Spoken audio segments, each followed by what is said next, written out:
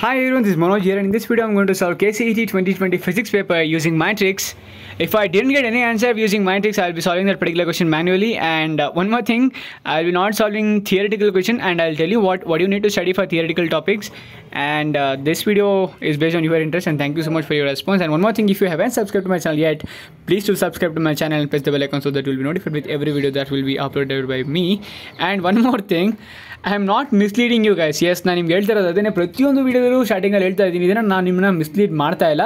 One thing, ನಿಮ್ಮ effort ಜಾಸ್ತಿ ಬೇಕು, ಆ್ಯಂಡ್ ಜೊತೆಗೆ ನನ್ನ ಸ್ವಲ್ಪ ಟ್ರಿಕ್ಸ್ ಇದ್ದರೆ ನಿಮ್ಮ ಕೈ ಹಿಡಿಯುತ್ತೆ ಅಂತ. ನಿಮ್ಮ ರ್ಯಾಂಕಿಂಗ್ ಏನು ಮಾಡಿದ್ರೆ ಅದಕ್ಕಿಂತ ಬೂಸ್ಟ್ ಆಗುತ್ತೆ. ಲೈಕ್ ಫಾರ್ ಎಕ್ಸಾಂಪಲ್, ನೀವು ಒಂದು ಪೇಪರಲ್ಲಿ 30 ಕ್ವಶನ್ ಸಾಲ್ವ್ ಮಾಡಿರ್ತಾರೆ, 30 ಕ್ವಶನ್ ಏನು ಗೊತ್ತಾಗಲ್ಲ.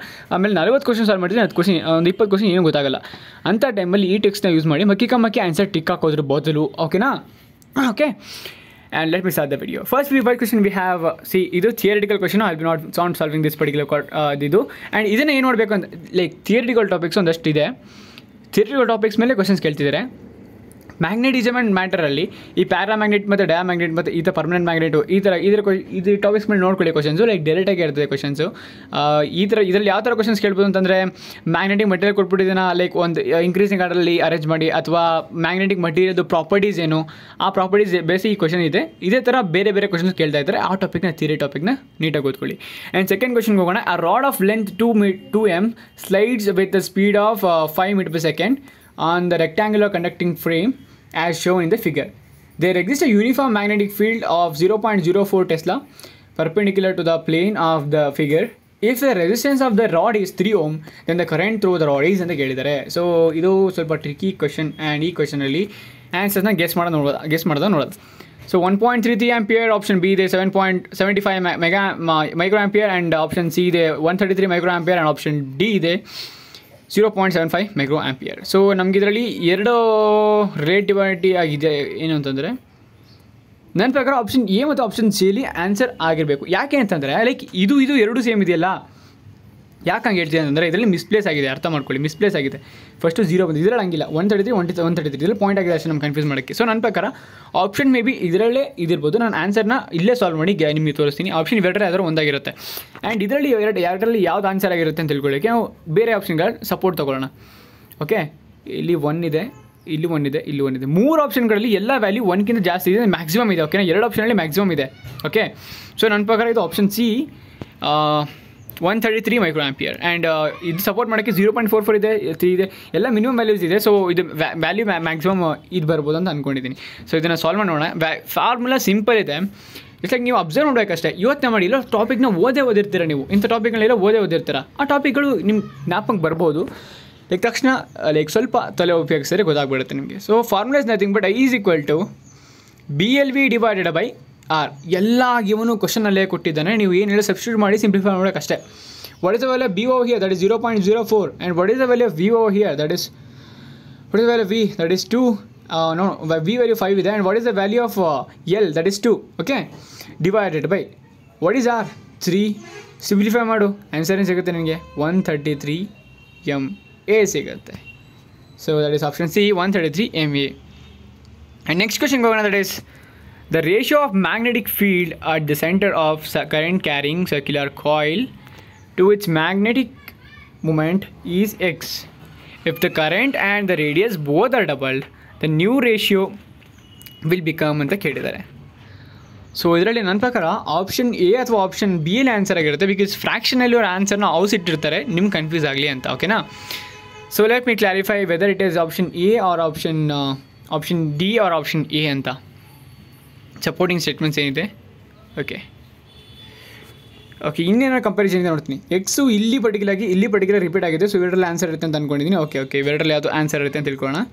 ಆಪ್ಷನ್ ಎ ಅಥವಾ ಆಪ್ಷನ್ ಬಿ.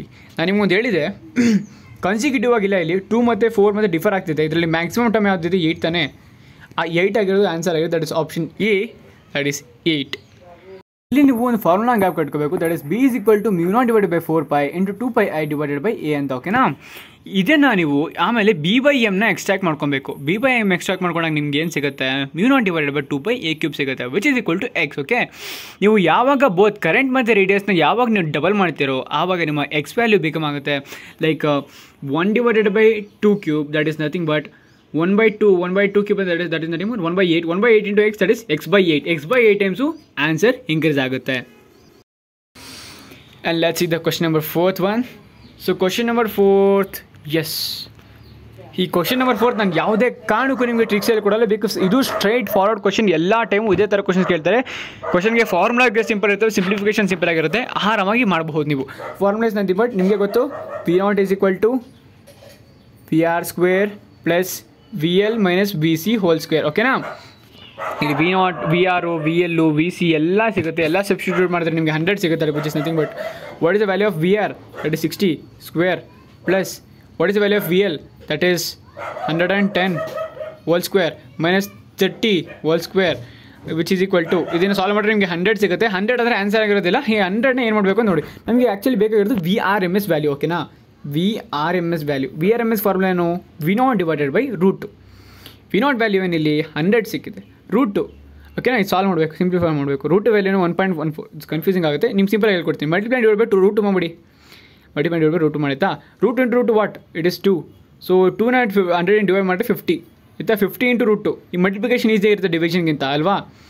ಸೊ ಇಲ್ಲಿ ಏನು ನಥಿಂಗ್ ಬಟ್ 50 ಇಂಟು 1.414. ಈ ವ್ಯಾಲ್ಯೂ ಎಲ್ಲ ತಿಳ್ಕೊಂಡ್ರೆ ರೂಟ್ 2, ರೂಟ್ 3, ರೂಟ್ 5 ಈ ವ್ಯಾಲ್ಯೂಸ್ನ ಸ್ವಲ್ಪ ತಿಳ್ಕೊಂಡ್ರಿ, ಮಕಪ್ ಮಾಡಿರಿ, ಇಲ್ಲಿ ಎಲ್ಲರ ಹೆಲ್ಪ್ ಬರುತ್ತೆ. ಇದನ್ನು ಮಲ್ಟಿಪ್ಲೈ ಮಾಡಿದ್ರೆ ನಿಮಗೆ 70.7 ಬರುತ್ತೆ. That is option D, 70.7.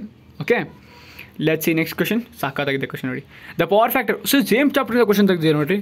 The power factor of RL circuit is 1/√3 if the inductance reactance is 2 ohm. The value of resistance is ಅಂತ ಕೇಳಿದ್ದಾರೆ. ಸೊ ಇದರಲ್ಲಿ 1/2√2 ಎರಡು ಕಡೆ ರೂಟ್ 2 ಇದೆ. ಸೊ ನನ್ನ ಪ್ರಕಾರ ಎ ಅಥವಾ ಸಿ ಅಲ್ಲೇ ಆನ್ಸರ್ ಇರಬೇಕು. ಓಕೆ, ಇವನ್ ಕನ್ಫರ್ಮ್ ಮಾಡ್ಕೊಳ್ಳಿ ಬೇರೆ ಆಪ್ಷನ್ನ ಚೆಕ್ ಮಾಡ್ತೀನಿ, ಬೇರೆ ಆಪ್ಷನ್ ಸಪೋರ್ಟ್ ತಗೋತೀನಿ. ಇಲ್ಲಿ 1/2 ಇದೆ, ಇಲ್ಲಿ ಇದೆಯಾ ಥರ ಇಲ್ಲ, ಇಲ್ಲಿ ಇದೆಯಾ ಥರ ಇಲ್ಲ, ಇಲ್ಲಿ ಇದೆಯಾ ಥರ P/Q ಫಾರ್ಮಲ್ಲಿ ಏನೋ ಇದೆಯಾ ಇಲ್ಲ. ಸೊ ನನ್ನ ಪ್ರಕಾರ ಮ್ಯಾಕ್ಸಿಮಮ್ ಇದು P/Q ಫಾರ್ಮಲ್ಲಿ ಇರೋದಿಲ್ಲ ಅಂತ ಕನ್ಫರ್ಮ್ ಆಯಿತು. ನನ್ನ ಪ್ರಕಾರ option C √2. Let's confirm this by solving this problem. So power ಫ್ಯಾಕ್ಟರ್ಗೆ ಫಾರ್ಮುಲಾ ಏನಪ್ಪ? Cos phi. ಕಾಸ್ ಪೈ ಇಸ್ಬಿಟ್ಟು R/Z. R/Z ವ್ಯಾಲ್ಯೂ ಕೊಟ್ಟಿದ್ದಾರೆ 1/√3. Okay, so which is equal to, ಈಗ tan phi ಇದೆ, ಇದೇ ಫಾರ್ಮುಲಾ ಡಿರೈವ್ ಮಾಡ್ಕೊಳ್ಳಿ. ರೂಟ್ 1/√3 ಇದ್ದರೆ tan phi ಏನಾಗಿರುತ್ತೆ? 1 ಸೆಕೆಂಡ್, ಟೇಬಲ್ ಗ್ಯಾಪ್ ಮುನ್ಸ್ಕೊತಿದ್ದೀನಿ. ಎಸ್, √2/1 ಆಗುತ್ತೆ. That is nothing but √2. ಓಕೆನಾ? ಮತ್ತು tan phi is nothing but XL divided by R. Capacitive inductance, because ಇದು RL ಸರ್ಕ್ಯೂಟ್ ಆಗಿರೋದ್ರಿಂದ ಅದಕ್ಕೆ XL ಡಿವೈಡೆಡ್ ಬೈ R ಆಗುತ್ತೆ. Okay, which nothing but 2 divided by R. ನಿನಗೆ ಬೇಕಾಗಿರೋದೇನೋ R ತಾನೇ, R ಇಲ್ಲೇ ಇಟ್ಕೋ. ಓಕೆ, ಇಲ್ಲಿ √2 ಇದೆ ನಿಮಗೆ ಸಿಕ್ಕಿರೋದಿಲ್ಲಿ, √2 ಇದೆ ಅಲ್ಲಿ. tan phi ವ್ಯಾಲ್ಯೂ √2 ಇದೆ, XL ಬೈ R. ಸೊ √2 is equal to √2 ಇಂಟು √2 ಅಷ್ಟೇ. R ವ್ಯಾಲ್ಯೂ ಸಿಕ್ಬಿಡ್ತು, R is equal to √2. That is nothing but option C. Okay, tricks use ಮಾಡಿದೆ ಮತ್ತು ಅದನ್ನು ಡಿರೈವ್ ಮಾಡಿ ತೋರಿಸ್ತೆ. So this is nothing but the answer. ಇದು ಸೇಮ್ ಚಾಪ್ಟರ್ ಇದೆ. Let's see. In the given circuit the resonative frequency is ಅಂತ ಕೇಳಿದ್ದಾರೆ. So ಒಂದು ಇಂಡಕ್ಟೆನ್ಸ್ ಕೊಟ್ಟಿದ್ದಾರೆ, ಅದಕ್ಕೆ ಕೆಪಾಸಿಟರ್ ಅಡ್ಜಸ್ಟ್ ಮಾಡಿದ್ದಾರೆ, ಇದಕ್ಕೆ ಇಂಡಕ್ಟೆನ್ಸ್ ಏನು ಅಂತ ಕೇಳಿದ್ದಾರೆ. ಸೊ ಈ ಥರ ಕೊಟ್ಟಾಗ ಮ್ಯಾಕ್ಸಿಮಮ್ ನಂಬರ್ ಏನಿರುತ್ತೆ ಅಂತ ಡಿಲೀಟ್ ಮಾಡಿಬಿಡ್ರಪ್ಪ. ಮ್ಯಾಕ್ಸಿಮಮ್ ನಂಬರ್ನ ಡಿಲೀಟ್ ಮಾಡಿಬಿಡಿ ಆಯಿತಾ. ಡಿಲೀಟ್ ಮಾಡಿದಾಗ ನಿಮ್ಮ ಹತ್ರ ಈ 3 ಇರುತ್ತೆ ಆಯಿತಾ. ಈ 3ರಲ್ಲಿ second largest number will be our answer. Okay, ಇಲ್ಲ ಇದು ಆ ಥರ ಅಲ್ಲ, ಎಲ್ಲ ಕನ್ಫ್ಯೂಸಿಂಗ್ ಆಗಿದೆ ಆಪ್ಷನ್ಸ್ ನೋಡಿ. 15, 159, 159, ಎಲ್ಲದರಲ್ಲೂ ಒಂದೇ ಆಪ್ಷನ್ ಇದೆ. ಸೊ ಇದನ್ನು ಸೀಕ್ವೆನ್ಸ್ ಆರ್ಡರ್ ಬರ್ಕೊಂಡಿದ್ದಾರೆ. Second largest number will be our answer. ಇದರಲ್ಲಿ ಫಸ್ಟ್ ಯಾವ್ದು ಬರುತ್ತೆ? ಇದು ಬರುತ್ತೆ, ಸೆಕೆಂಡ್ ಇದು ಬರುತ್ತೆ, ಥರ್ಡ್ ಪ್ಲೇಸಲ್ಲಿ ಇದು ಬರುತ್ತೆ, ಫೋರ್ತ್ ಪ್ಲೇಸಲ್ಲಿ ಇದು ಬರುತ್ತೆ. So what is our second largest number? That is option D, 1592. Confirm ಮಾಡ್ಕೊಳ್ಳೋಣ 1592ನೇನ ನಮ್ಮ ಆನ್ಸರ್ ಅನ್ನೋದನ್ನು. Yes, what is the formula for resonating frequency? ಅರ್ಥ ಮಾಡ್ಕೊಬೇಕು. F is equal to 1/2π√LC. ಇವೆಲ್ಲ ಜ್ಞಾಪಕ ಇಟ್ಕೋಬೇಕು ಫಾರ್ಮುಲಾಸ್ಗಳನ್ನ ಆಯಿತಾ. ಇದು ಇಟ್ಕೊಂಡ್ರೆ 1/2π ನಂಗೆ ಇಟ್ಕೊಂಡ್ರೆ ವಿಲ್ ಗೆಟ್ 0.5 × 10⁻³ ಇಂಟು 20 × 10⁻³ ಸಿಗುತ್ತೆ. ಇದನ್ನು ಸಾಲ್ವ್ ಮಾಡಿದಾಗ ನಿಮಗೆ ಏನು ಸಿಗುತ್ತೆ ಅಂತಂದರೆ nothing but 1592 hertz. I will not going to teach you calculation, because ಕ್ಯಾಲ್ಕುಲೇಷನಲ್ಲಿ ನೀವು ಫಾಸ್ಟ್ ಆಗಿರಬೇಕು. ಕ್ಯಾಲ್ಕುಲೇಷನ್ ಅಡಿಷನ್, ಸಬ್ಟ್ರಾಕ್ಷನ್, ಮಲ್ಟಿಪ್ಲಿಕೇಷನ್, ಡಿವಿಷನಲ್ಲಿ ಫಾಸ್ಟ್ ಆಗಿರಿ, ಟಕ್ ಅಂತ ಮಾಡಿಬಿಡ್ತೀರಾ. So it's nothing but option D. Trick use ಮಾಡಿದ್ದು ಗೊತ್ತಾಯ್ತಲ್ವಾ ನಿಮಗೆ? ಇದು ಕನ್ಫ್ಯೂಸಿಂಗ್ ಆಗಿದೆ, ಇಲ್ಲಿ ಎಲ್ಲ ಆಪ್ಷನ್ಸು ಕನ್ಫ್ಯೂಸಿಂಗ್ ಆಗಿದೆ. ಸೊ ಅದಕ್ಕೆ ನಾನು ಸೀಕ್ವೆನ್ಷಿಯಲ್ ಆರ್ಡರ್ ಬರ್ಕೊಂಡೆ, ಲೈಕ್ 1 by 1 ಬರ್ಕೊಂಡಾಗ ನಂಗೆ ಸಿಕ್ಕಿದ್ದು. ಆಮೇಲೆ ಏನು ಚೂಸ್ ಮಾಡಿದೆ? Second largest number will be our answer. That is option D, second largest number. ಅದನ್ನು ಆನ್ಸರ್ನಾಗಿ ಚೂಸ್ ಮಾಡಿದೆ. Let's see question number 9. The current in the coil of inductance 0.2 H changes from 5 ampere to 2 ampere in 0.5 seconds. So this is nothing but change in inductance. Okay, and the magnitude of the average inductance EMF is in the coil is ಅಂತ ಕೇಳಿದ್ದಾರೆ. So ಇದಕ್ಕೆ solve ಮಾಡಲೇಬೇಕು, ಏಕೆಂದರೆ ಇದು point ಫ್ರ್ಯಾಕ್ಷನಲ್ಲಿ ಮತ್ತು maximum number ಇದೆ. So ಇದರ ಒಂದು ಗೊತ್ತಾಗುತ್ತೆ, ಈ ಪಾಯಿಂಟ್ ಫಾರ್ಮ್ ಇದೆ, ಅದರ ಒಂದು ಮ್ಯಾಕ್ಸಿಮಮ್ ನಂಬರ್ ಕೊಟ್ಟಿದ್ರೆ ಆ ಮ್ಯಾಕ್ಸಿಮಮ್ ನಂಬರ್ಗೆ ಆನ್ಸರ್ ಆಗಿರುತ್ತೆ. ಸೊ 30 ನಾನು ನೆಗ್ಲೆಕ್ಟ್ ಮಾಡ್ಬಿಡ್ತಾ ಇದ್ದೀನಿ. ಸೊ ಆಪ್ಷನ್ ಇದರಲ್ಲೇ ಆನ್ಸರ್ ಇರಬೇಕು. ಓಕೆ, ಸೊ ಇವಿಷ್ಟರಲ್ಲಿ ಯಾವ್ದು ಆನ್ಸರ್ ಆಗಿರುತ್ತೆ ಅಂತ ತಿಳ್ಕೊಳ್ಳೋಕೆ ನಾವು ಫಾರ್ಮುಲಾ ಹಾಕಲೇಬೇಕು. ಇದರಲ್ಲಿ ಯಾವುದೇ ರೀತಿ ಟ್ರಿಕ್ಸ್ ಇರೋದಿಲ್ಲ. Okay okay okay okay and one more thing, ಇದರಲ್ಲಿ ಟ್ರಿಕ್ ಯೂಸ್ ಮಾಡ್ಬೋದು ರೀ. Yes I will teach you how. ಆಯಿತಾ, ಇದೇನಾ ಮ್ಯಾಕ್ಸಿಮಮ್ ತೆಗೆದಾಕ್ಬಿಟ್ವಾ, ಇವೆಲ್ಲ ಕಾನ್ಸಿಕ್ಯೂಟಿವ್ ಆಗಿಲ್ಲ, ಎಲ್ಲ ಒಳಗಡೆ ಇದೆ. 0.3, 6 ಆ್ಯಂಡ್ 12. ಓಕೆ, ಸೊ ಇದರಲ್ಲಿ ಮ್ಯಾಕ್ಸಿಮಮ್ ನಂಬರ್ ಯಾವುದು? 1.2. 1.2 is our answer. That is 1 option C. Check ಮಾಡ್ಕೊಳ್ಳೋಣ ಇದನ್ನು, 1.2 ಆನ್ಸರ್ ಅಲ್ವಾ ಅಂತ. So average inductance EMS formula ಏನು? That is epsilon is equal to inductance di/dt. Okay, that is changing current, changing time. Okay, so ಇಲ್ಲಿ inductance value ಏನು ಕೊಟ್ಟಿದ್ದಾರೆ? 0.2. Okay, change in current ಏನು? 5 ಆಂಪೇರಿಂದ 2 ಆಂಪೇರ್ ಆಗ್ತಿದೆ. ಆ್ಯಂಡ್ ಟೈಮ್ ಎಷ್ಟು ತಗೋತು? 0.5 seconds ತಗೋತು. ಇದನ್ನು ಸಾಲ್ವ್ ಮಾಡಿ, you will get 2/5 × 3 which is equal to 1.2 volt. Yes, option C 1.2 volt ಸಿಗುತ್ತೆ. 8th ಕ್ವಶನ್ ಮಾಡಲ್ಲ, because it's theoretical one. And 9th question ಹೋಗೋಣ. The refracting angle of a prism is A and refractive index of the material of a prism is cot A/2. The angle of minimum deviation is ಅಂತ ಕೇಳಿದ್ದಾರೆ. So ಇದನ್ನು ನಂಗೆ ತಲೆ ಕೆಡ್ತಿದ್ದಂಥ ಪ್ರಾಬ್ಲಮ್ಗಳೆಲ್ಲ. So let's see trick use ಮಾಡಿಕೊಂಡು solve ಮಾಡಬಹುದಾ ಇಲ್ವಾ ಅಂತ check ಮಾಡೋಣ. ಆಪ್ಷನ್ ಎ ಇದೆ 180 degree minus 2A, and option B ಇದೆ 180 degree minus 3A, and option C ಇದೆ 180 degree plus 2A, and option D ಇದೆ 190 ಡಿಗ್ರಿ. ಆಪ್ಷನ್ ಎ 90 ಡಿಗ್ರಿ ಆಗೋಕ್ಕೆ ಚಾನ್ಸ್ ಇಲ್ಲ, ಕ್ಯಾನ್ಸಲ್ ಮಾಡಿ. ಬಿಕಾಸ್ 3 ಕಡೆ 180 ಡಿಗ್ರಿ ಕೊಟ್ಬಿಟ್ಟು 90 ಡಿಗ್ರಿ ಕೊಟ್ಬಿಟ್ಟು ಗುಬಾರಾಗಿ ಹೋಗ್ತಾನೆ ಆನ್ಸರ್. ಪೇಪರ್ ಕ್ರಿಯೇಟ್ ಮಾಡೋರು, I am not scolding them, it's just are assumption. Okay, just for comedy purpose. And ಇವು ಮೂರಲ್ಲಿ ಯಾವ್ದು ಆನ್ಸರ್ ಆಗಿದೆ ಅಂತ ತಿಳ್ಕೊಳ್ಬೇಕು. ಸೊ ನೋಡೋಣ, let's take the support of other options. Option 2ರಲ್ಲೂ 2 ಕಾಮನ್ ಆಗಿದೆ, 180 ಡಿಗ್ರಿ ಆ್ಯಂಡ್ 2 ಕಾಮನ್ ಆಗಿದೆ. ಓಕೆ, ನನ್ನ ಪ್ರಕಾರ ಆಪ್ಷನ್ ಎ ಅಥವಾ ಆಪ್ಷನ್ ಸಿಯಲ್ಲಿ ಆನ್ಸರ್ ಮ್ಯಾಕ್ಸಿಮಮ್ ಇರಬೇಕು. ಇದರಲ್ಲಿ ಯಾವುದು ಮ್ಯಾಕ್ಸಿಮಮ್ ಆನ್ಸರ್ ಆಗಿರಬೇಕು ಅಂತ ನಾವು ಡಿಸೈಡ್ ಮಾಡೋಕ್ಕೆ ಬೇರೆ ಆಪ್ಷನ್ಗಳ ಸಪೋರ್ಟ್ ತಗೋಣ. ಮಧ್ಯದಲ್ಲಿ ಇಲ್ಲಿ ಮೈನಸ್ ಇದೆ, ಇಲ್ಲಿ ಮಾತ್ರ ಪ್ಲಸ್ ಇದೆ. ಸೊ ಆಪ್ಷನ್ ಸಿ ಆಗೋಕ್ಕೆ ಚಾನ್ಸ್ ಇಲ್ಲ. ನನ್ನ ಪ್ರಕಾರ ಇದಕ್ಕೆ ಆನ್ಸರ್ ಆಪ್ಷನ್ ಎ ಆಗಿರುತ್ತೆ. ಸೊ ಬೈಜೂಸಲ್ಲಿ ಫಿಸಿಕ್ಸ್ ಪೇಪರಲ್ಲಿ 9th ಕ್ವಶನ್ಗೆ ಎ ಆಪ್ಷನ್ ನೋಡಪ್ಪ, ಚೆಕ್ ಮಾಡಿಕೊಂಡು ಕೆಳಗಡೆ ಕಾಮೆಂಟ್ ಮಾಡಿ ತಿಳಿಸಿ ಆಪ್ಷನ್ ಅದೇ ಆಗಿದೆ ಅಥವಾ ಇಲ್ವಾ ಅಂತ. And 10th question ನೋಡೋಣ. A light beam of intensity 20 W/cm² is incident normally on a perfectly reflecting surface of solids which has 25 cm into 5 cm. Okay, the moment imparted to the surface by the light per second is ಅಂತ ಹೇಳಿದ್ದಾರೆ. So ನೋಡೋಣ, 1.2 2 1 5 ಎಲ್ಲ 10 ಒಳಗಡೆ ಇದೆ ಮತ್ತು ಎಲ್ಲ different ಆಗಿದೆ. So ಇದರಲ್ಲಿ ನಾನು ಏನು ಹೇಳ್ಕೊಟ್ಟಿದ್ದೀನಿ ನಿಮಗೆ, maximum answer will be the answer, maximum will be the answer. Confusing ಆಗಿಲ್ಲ, ಎಲ್ಲ 10 ಒಳಗಡೆ ಇದೆ ಆ್ಯಂಡ್ ಎಲ್ಲ ಡಿಫ್ರೆಂಟ್ ಆಗಿದೆ. So maximum number will B the answer. That is option D 5 × 10⁻⁻5 kg/s. Okay, 11th ಕ್ವಶನ್ಗೆ ಹೋಗೋಣ. Okay, 3 Polaroid sheets P1, P2 and P3 are kept parallel to each other such that the angle between pass axis of P1 and P2 is 45 degree and that between P2 and P3 is 45 degree. If unpolarized beam of light of intensity 128 Wm² is incident on P1, what is the intensity of light coming out of the P3? ಏನು ಗುರು question ಎಷ್ಟು ಉದ್ದ ಐತೆ, ನಾನು ಯಾವುದೇ ಕಾರಣಕ್ಕೂ question ಓದಲ್ಲ. ಇದರಲ್ಲಿ answer ಇದೆ ಅಂತ ಚೆಕ್ ಮಾಡ್ತಿದ್ದೀನಿ. Let's see. 64 0 16 128. ಸೊ ಎಲ್ಲ ಡಿಫ್ರೆಂಟ್ ಆಗಿದೆ. So 128 maximum number. ಇಲ್ಲಿ 128ನ ಡಿಲೀಟ್ ಮಾಡ್ಬಿಡ್ತಾ ಇದ್ದೀನಿ. ಇವೆರಡನ್ನ 120 ಡಿಲೀಟ್ ಮಾಡಿದ್ಮೇಲೆ ನಾವು ಏನು ಟಿಕ್ ಅಪ್ಲೈ ಮಾಡಬೇಕು ಅಂತ ಹೇಳ್ಕೊಟ್ಟಂಗೆ second largest number will be our answer. ಇಲ್ಲಿ ಫಸ್ಟ್ ಲಾರ್ಜೆಸ್ಟ್ ನಂಬರ್ ಯಾವುದು ನಮಗೆ 64 ಇದೆ. Second largest number will be our 16 and third largest 0 ಇದೆ. ಸೊ ಇಲ್ಲಿ ಸೆಕೆಂಡ್ ಲಾರ್ಜೆಸ್ಟ್ ನಂಬರ್ ಯಾವುದು ನಮಗೆ 16. ಸೊ ನನ್ನ ಪ್ರಕಾರ ಆಪ್ಷನ್ ಡಿ 16 ಆಗಿರುತ್ತೆ. ಚೆಕ್ ಮಾಡಿಕೊಡ್ರಪ್ಪ. ಬೈಜೂಸಲ್ಲಿ 11th question physics question 16 option D 16 answer. 12th question ನೋಡೋಣ. 2 poles are by a distance of 3.14 meter. The resolving power of human eyes is 1 minute of an arc. The minimum distance from which he can identify 2 poles distinctly is ಅಂತ ಕೇಳಿದ್ದಾರೆ. Sorry, ನಮ್ಮ ನಾಯಿ ಬೊಗಳ್ತಿದೆ. I am so sorry for that background noise and let's concentrate on this question.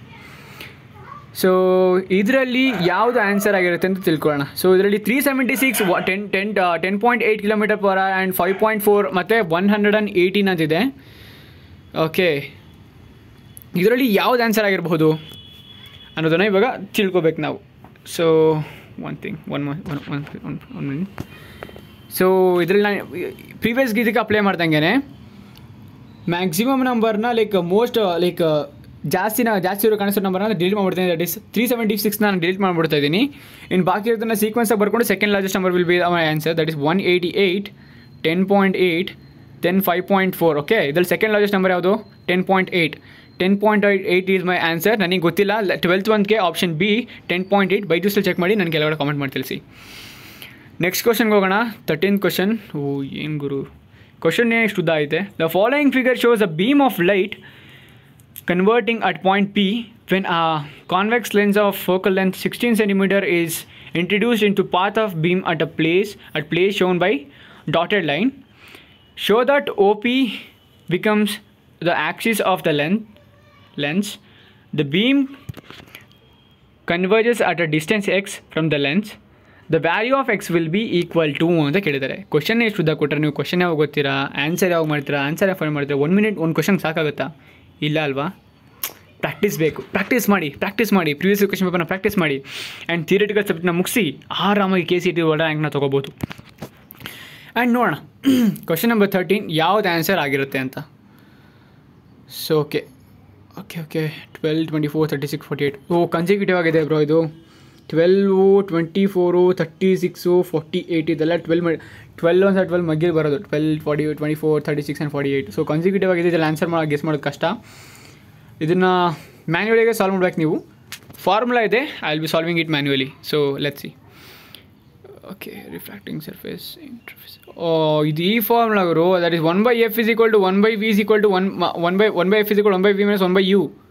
ಈ formula use ಮಾಡಬೇಕು. Okay, let's see. Okay, ನಮ್ಗೇನು ಬೇಕು ಇವಾಗ? 1/v ಬೇಕು ನಮಗೆ. X the length of the X will be equal to ಅಂತ ಕೇಳಿದ್ದಾರೆ. So 1/v ಬೇಕು ನಮಗೆ. 1/v = 1/f + 1/u. ಆಯಿತಾ? ಫೋಕಲ್ ಅಂತ ಎಷ್ಟು ಕೊಟ್ಟಿದ್ದೀರೋ? 16. ಉಲ್ಟಾ ತೊಗೊಂಡ್ರೆ -1/16. ಓಕೆ, 1/f ಅಂತಂದರೆ 1 ಮೇಗಡ 16 ಮೇಗಡೋದ್ರೆ -1 ಆಗುತ್ತೆ. ಸೊ ಓಕೆ, ಪ್ಲಸ್ ಆ್ಯಂಡ್ ನೀವು ಎಷ್ಟು ಕೊಟ್ಟಿದ್ದಾರೆ? ಓಕೆ, u = 12 ಇದೆ u. ಸೊ u 12 ಆಯಿತು. ಸೊ 1/12. ಇದನ್ನು ಸಾಲ್ವ್ ಮಾಡಿದ್ರೆ ನಿಮಗೆ 1/48 ಸಿಗುತ್ತೆ. 1/48ನ ನಮಗೇನು ಬೇಕು? ಇದು 1/v = 1/48 ಆಯಿತಾ? 1/48. v = what? 48. That is option A 48. 14th ಕ್ವಶನ್ಗೆ ಹೋಗೋಣ. 14th ಕ್ವಶನಲ್ಲಿ ಯಾವುದು ಆನ್ಸರ್ ಆಗಿರುತ್ತೆ ಅಂತ. ಓಕೆ 10 ಒಳಗಡೆನೇ ಇದೆ ಎಲ್ಲ. 10 ಒಳಗಡೆನೇ ಇದೆ. 10ನ ತೆಗೆದಾಕ್ಬಿಡೋಣ.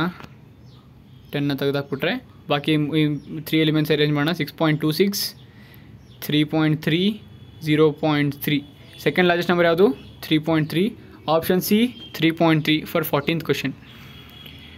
ಓಕೆ, ಕ್ವಶನ್ ನಂಬರ್ 16 ಮಾಡೋಣ. ಬಿಕಾಸ್ 15th ಒನ್ ಓದಿರೋ ಡಯಾಗ್ರಾಮ್ ಇದೆ. So it might be confusing. Okay, 16th one ಮಾಡೋಣ.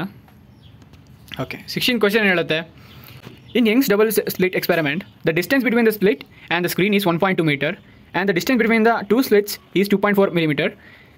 If a thin transparent mica glass of thickness 1 μm and Ri 1.5 is introduced between one of the interfering beams, the shift in the position of central bright fringe is ಅಂತ ಹೇಳ್ತಿದ್ದಾರೆ. Fringe is nothing but the distance between the central and the peak bright one. That is nothing but fringe. So ಇದರಲ್ಲಿ answer ಏನು ಅಂತ ಕೇಳಿದ್ದಾರೆ. So confusing ಆಗಿದೆ. So let's solve this. It's bit confusing ಅಲ್ವಾ? So let's see how to solve this. Young's ಮಾಡ್ಯುಲಸ್ದು formula ಏನಪ್ಪ? Path ಡಿಫ್ರೆನ್ಸ್ದು. This nothing but change in pathing difference nothing but μ - 1 ಆಯಿತಾ into t. Okay, let's shift the fringe pattern by y. Fringe pattern ನಾವು y ಇಂದ shift ಮಾಡ್ತೀವಿ ಅಂತಂದರೆ ಈ delta X value ಏನಾಗುತ್ತೆ ನಿಮಗೆ? y into dy/d. That is the largest distance between shortest distance is the distance between the fringes and the split in the screen. ಆಯಿತಾ? So ಇದನ್ನು comparing ಎರಡನ್ನೂ ಕಂಪೇರ್ ಮಾಡಿದ್ರೆ ನಿಂಗೆ ಏನು ಸಿಗುತ್ತೆ? y into d/D which is equal to μ - 1 into t. ಓಕೆನಾ?